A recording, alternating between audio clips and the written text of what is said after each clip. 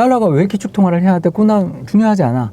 나 이제 재정 우리들만을 위해서 쓰고 건전하게 운용할 거고 딴 나라한테 대한 어떤 지원이나 후원 같은 건 나 절대 안 해. 라고 말한 게 사실 예요. 결과적으로 이제 박사님의 생각은 달러의 지위가 뭐 위협받고 뭐 그런 얘기는 있을 수 있지만 하나하나 따져놓고 보면 아이고 달러만한 게 언제 또 나오겠냐. 그게 아니라 달러가 스스로 내려와야 된다는 거예요. 스스로 내려와야 된다. 그 네트워크성이 너무 강하기 때문에 1927년에 처칠이 근본이제 복귀하면서 영국 경제 망가지고 근본이제에 대한 어마어마한 시위 막 이러면서 집권 정당이 바뀌잖아요. 네. 그러면서 영국이 나 이제 근본이제 안 해. 이렇게 미국보다 먼저 근본이제 철폐했다니까요. 맞아. 파운드에 대한 패권에 대한 집착으로 버티고 버티다가 무너진 거잖아요, 영국이. 처칠이 2차 대전에 영웅이 되긴 했지만 사실 그 사람은 갈리폴리도 그랬고 그 근본이제 돌아갈 때도 그렇고 막장하고 막장이거든요. 전쟁에서 지지 않았던 거가 지난 역대 최고의 위인 이런 거 할 때마다 항상 1, 2등 하거든요. 처칠이 1, 2등 해요. 넬슨 제독 위에 있어요. 그러니까 그런 거 보면 그 역경의 지도자라는 후광은 있는데 이 사람이 그 근본이제 또는 영국의 파운드 패권을 지키기 위해서 악전고투했던 게 나라를 다 망가뜨렸거든요. 그러니까 그만큼 어떤 지배 질서 속에서 자기가 키커런시라는 걸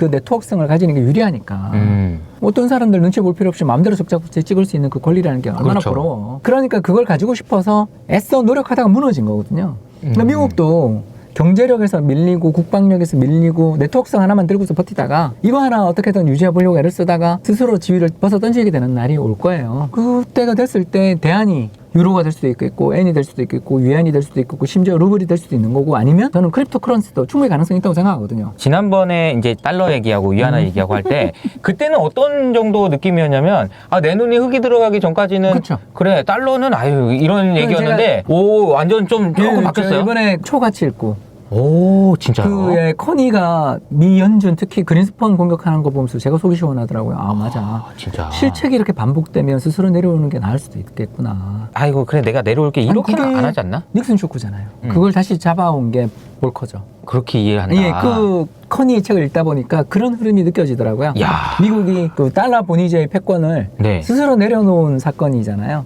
그랬더니 내려놓자마자 다른 나라들이 전부 다 와서 스미소니언 합의나 뭐 이런 거 뒤에 그 이루어진 걸 보면 제발 달러가 무게를 잡아주지 않으면 우리 다 망한다. 이러다가 우리 소련한테 망한다라는 그런 좀 우려 속에 결국 프라자 합의까지 이어지게 되는 달러의 강세와 약세 흐름이 나타나거든요. 미국이 패권을 놓겠다라는 의지를 가장 심하게 나타내고 달러가 왜 기축 통화를 해야 돼? 그건 중요하지 않아. 나 이제 재정 우리들만을 위해서 쓰고 건전하게 운용할 거고 딴 나라한테 대한 어떤 지원이나 후원 같은 건 나 절대 안 해. 라고 말한 게 사실 트럼프예요. 네. 고립주의. 예, 고립주의고 그리고 민주당일 때 복구되거든요. 그런 세계에 대한 어떤 침투, 확장 그리고 역사상에 있었던 대부분의 그러니까 적이 공격해온 걸 제외한 전쟁은 전부 민주당 행정부 때 전쟁이 나요. 대표적인 게 텍사스 전쟁, 1차 대전 참전, 2차 대전 참전, 한국전, 베트남전 다 민주당이에요? 예, 모두 민주당입니다. 그 공화당 시절에는 부시 때처럼 공격을 당해야 걸프전이라든가 9.11 테러 같은 일을 겪어야 전쟁을 해요. 물론 이제 그때 네오콘이 있었지만 그러니까 일률적으로 말을 할 수는 없습니다만 이 민주당 정부일 때가 남의 일에 참견을 하는 정부예요. 이 정도 뭐 예를 들어서 카본 에미션 2050 이런 거 또 사실 바이든이 먼저 기치를 든 거 아니에요. 그러니까 이런 것처럼 다른 나라의 일에 감나라 배나라 하는 건 민주당이고요. 그래서 클린턴 때 북한 폭격하려고 그랬던 거. 그래서 그때 막 전쟁 나는 줄 알고. 예, 그렇지만 공화당은 언론되기는 악의 축 이야기만 했지 그렇게 안 하잖아요. 진짜 우리나라 역사상 가장 전쟁의 근처에 갔었던 게 바로 클린턴 때거든요. 영변 폭격하려고 그랬으니까. 그때 왜 그걸가 가능했냐면 소련이 무너지고 해체되고 중국 천안문이 있었던 때가 바로 그때거든요. 그 뒤의 일이라서 90년대 초반이잖아요. 그럴 때여서 전쟁을 북한한테 하더라도 아무도 개입하지 못할 거라고 미국은 생각했었던 그래서 그 핵벼랑 앞에서라는 그 유명한 회고록이 있어요. 그때 나온 그런 거 읽어보시면 우리가 생각하는 거랑 좀 달라요. 그 아까 책은 피터 자이안이고 예, 자이안. 미국의 소설, 패권과 지정학. 예, 유명한 소설가시죠. 그러면은요, 그 달러가 어떤 형태가 될까요? 혹은 그런 일이 일어났을 때 생길 수 있는 일이 하는 거죠. 가장 대표적인 거 하나만 제가 이야기하겠습니다. 한미통화수업 2020년 3월 19일 기억 안 나세요? 우리나라 그때 모증권사, S모증권사의 ELS 해지 물량 나오면서 환율 하루에 50원씩 100원씩 올랐던 게 2020년 3월 19일입니다.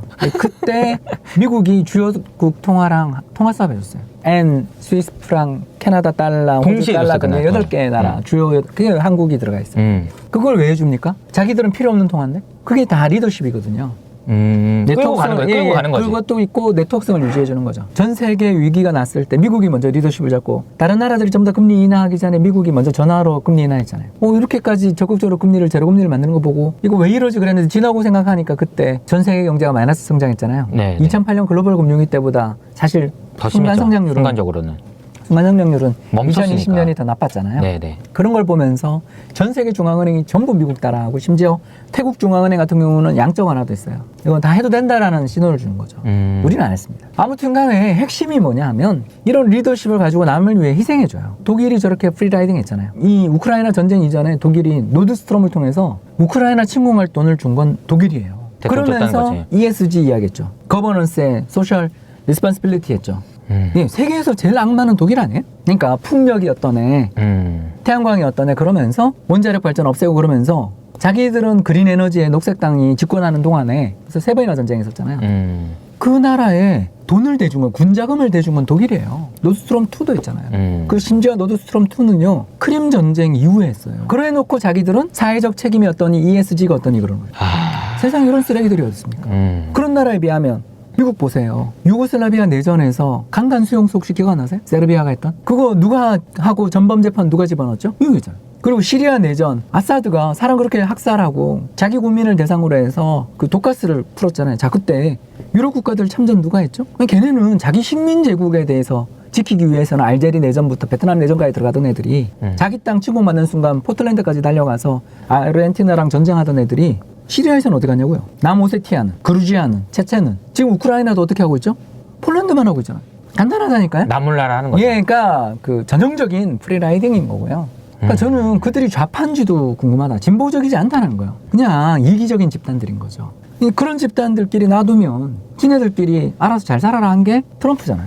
그리고 나토 국방비 증액하고 너네 독일로 돈이라도 내라 그러면. 그 메르켈이 막 한숨 쉬고 그러는데 그거 말이 되는 이야기예요? 트럼프가 직접 경고했잖아요. 노드스트롬 2 중단하라고. 결국 미국의 트럼프가 막장이고 특히 그 국회의사당 점령하라고 막 그런 것을 한 게 저도 정말 트럼프라는 사람의 바닥이 얼마나 낮은지는 알지만 네. 트럼프를 지지한 미국 국민들의 입장에서 생각하면 스스로 자기가 살기 위해 노력하지 않는 자들에게 왜 우리 군대를 보내고 도와주냐. 유럽인들 아니에요? 자기 땅을 지키기 위해서 떨쳐 일어나는 사람들한테 지원해주고 싶은 거지. 왜 한국전에 참전하고 또는 이번 우크라이나에 대해서 이제 저렇게 나오냐면 피투사이가 돼서 싸우고 있는 국민들은 미국 사람들도 지원해주고 싶어하고 여기는 전쟁에 참전해서 승산했다고 보지만 미국이 가장 실패한 전쟁 베트남과 아프가니스탄 전쟁에서 미국 사람들이 느낀 게 그거잖아요.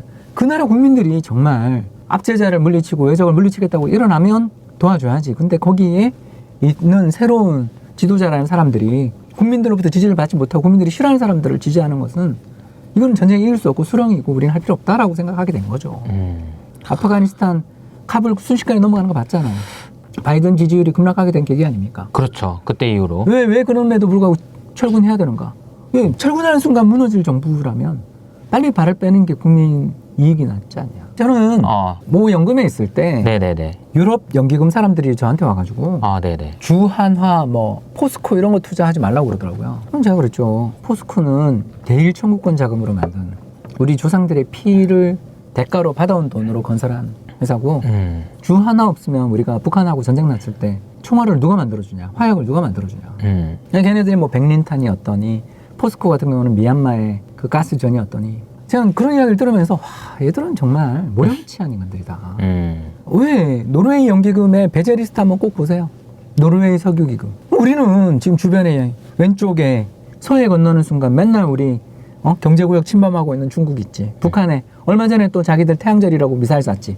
그리고 러시아 지금 우크라이나 침공한 러시아 있지. 동쪽에 우리나라 피로 점령했던 일본 있지. 주변에 있는 나라들 사이에서 이렇게 살고 있는 나라가 무기 없이 철 없이 한화 뭐 이런 회사 말라고. 없이 자주국방 없이 평화를 지킬 수 없어요. 근데 사회적 책임 면에서 이런 회사는 투자하면 안 된대.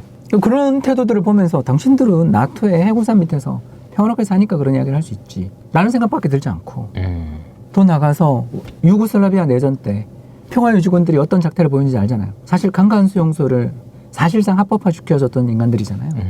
근데 제가 이야기하고 싶은 건 뭐냐 하면 그 사람들이 세계 2차 대전 때 폐허가 돼서 트라우마가 있는 건 알지만 러시아가 다시 재무장하고 2014년 우크라이나 크리미아 전쟁 났을 때는 정신을 차렸어야 되는 거 아니냐. 근데도 정신을 차리지 않는 걸 보며 미국 사람들이 이제 우리 유럽에서 철군하자라고 나온 게 트럼프 찍어준 거 아니냐라는 거죠. 우리나라 언론이나 이 수많은 거에서 보면 트럼프는 죽일 놈으로 돼 있잖아요. 근데 트럼프가 미중 무역 분쟁 일으키고 또 더 나가서 우리나라 입장에서는 힘들게 하는 건 사실이지만 적어도 북한 김정은이라도 만나서 정상회담이라도 한 대통령 그 사람밖에 없는데 우린 그 사람 되게 싫어하잖아요. 그렇죠. 왜? 이미지가 안 좋으니까. 그리고 특히 마지막 순간에 코로나 걸리고 네. 왜 그런 사람들이 다음 선거에서 100%까지는 아니어도 굉장히 높은 확률로 트럼프가 다음 대통령이 될 거라는 걸 지지율들이 보여주고 왜 바이든 지지율은 30%밖에 안 되는가에 대해서 알아야 되는 거고 그렇다면 미국이 스스로 기축통화를 벗어 던질 수도 있겠구나. 이런 생각을 좀 하게 된 거죠. 그래서 몇 달 전에 비해서 제가 생각이 달라진 이유는 별거 아니에요. 우크라이나 전쟁 보고서 미국 사람들은 유럽에 대해서 정말 학을 띠겠다. 내가 미국 사람이면 유럽에 돈 갖다 바치는 거에 대해서 굉장히 혐오스럽고 그 정부를 싫어할 것 같다는 거죠. 유럽 재정위기 왔을 때 네. ECB랑 IMF가 들어왔던 거 혹시 기억 안 나세요? 맞아요. IMF가 미국이 사실상 주도하는 정부 기구인데 월드뱅크까지 해서 셋이 들어갔잖아요. 그래서 구제금융 해줬잖아요. 다음번 유럽에서 경제 위기가 어느 나라 발생하면 미국이 도와줄까요?